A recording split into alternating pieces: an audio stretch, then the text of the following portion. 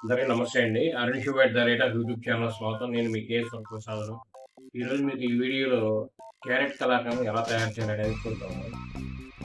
ముందుగా ఒక cup carrot అనేది చక్కగా దూసి క్యారెట్ తురుమనేది రెడీ చేసుకొని, దాన్ని పొయ్యి మీద చిన్న కడాయిలాంటి గిన్నెలాంటి దాన్ని పెట్టుకొని దానిలో చక్కగా కలర్ రాకుండా కొద్దిగా వేడి చేసుకోండి. చెమ్మ అనేది పోయే విధంగా కొద్దిగా వేడి చేసుకోండి. తర్వాత మీరు ఒక లీటర్‌న్నర పాలు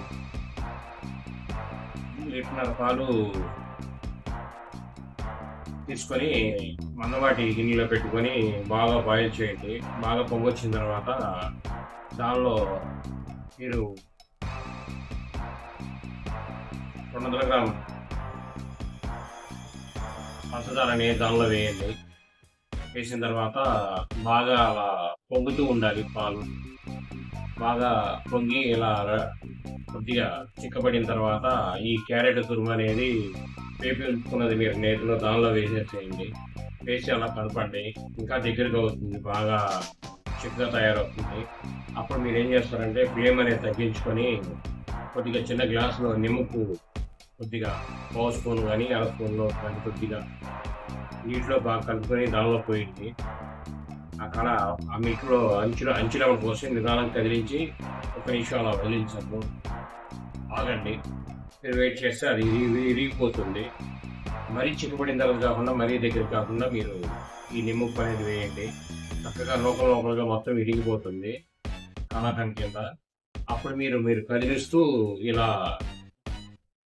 మనం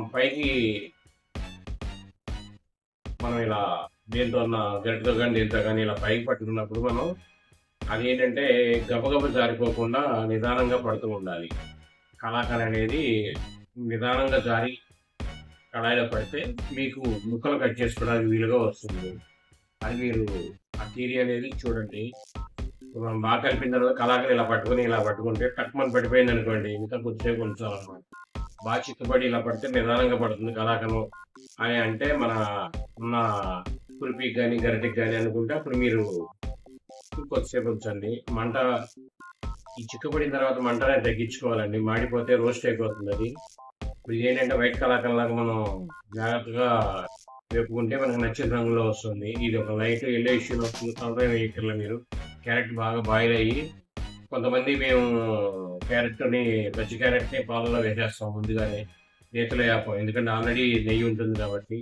మీరు ఇంట్లో చేసుకునేవారు మీరు కొద్దిగా అటు ఇటు అయినా సరే పచ్చి అనేది ఇబ్బంది కలగకుండా మీరు నేతిలో వేపండి. ఇలా బాగా అయిన తర్వాత మీరు ఒక పళ్ళెంలో ఆరబెట్టండి. కలాకండ్ అనేది బాగా తీసుకొని పళ్ళెంలో చక్కగా ఆరబెట్టండి. ఒక 10 నిమిషాలు పావుగంట ఫ్యాన్ కింద ఆరబెట్టుకుంటే ఏమవుతుందంటే మీకు దానిలో ఉన్న మెయిన్ వేడి అంతా అనేది తగ్గిపోతుంది. అప్పుడు కొద్దిగా మీరు నొక్కితే కొద్దిగా జిగురుగా ఉంది, మనకి గట్టిగా అని అన్నప్పుడు దాన్ని మీరు లైట్గా వేడి ఉండగా అనేది సరిపడా వేడి ఉండగా మీరు ట్రేకు నొక్కండి. మరుసటి రోజు ముక్కలు కోసుకోవచ్చు. నేను అలా చేయండి. లేదా డైరెక్ట్గా వేస్తే కలర్ వస్తుంది, రోస్ట్ కలాకండ్ లాగా. అలా కాకుండా ఇది వైట్ కలాకండ్ లాగా తయారు చేసుకుని దానిలో క్యారెట్ కలుపుకొని చేసుకోవాలన్నమాట.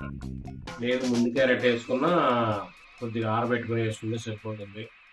మీరు ఇంట్లో చేసుకోవడానికి కాబట్టి మీరు ఎలా చేసినా ఒక తడ మీరు ట్రై చేసి చూడండి. రెండో తడ మీకు సక్సెస్గా వస్తుంది. ఈ క్యారెట్ అనేది చాలా బాగుంటుందండి. మన కొబ్బరి లౌజు తింటే ఎలా ఉంటుంది ఆ టైప్లో ఉంటుంది క్యారెట్ కలాకండ్. చాలా మందంగా ఉంటుంది. దానిలో మీరు కొద్దిగా నెయ్యి వేసి అద్దండి.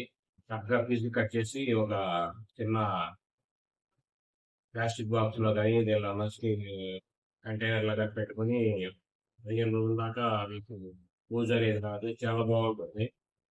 మీరు ఒకేలా మాకు ముక్కలు అవసరం లేదు అనుకున్న వారు ఒక గిన్నె లాంటి దానిలో వేసుకొని కప్పుల్లోకి స్పూన్లో పెట్టుకొని తీసుకొని తినచ్చు. అది ఈజీ మెథడే.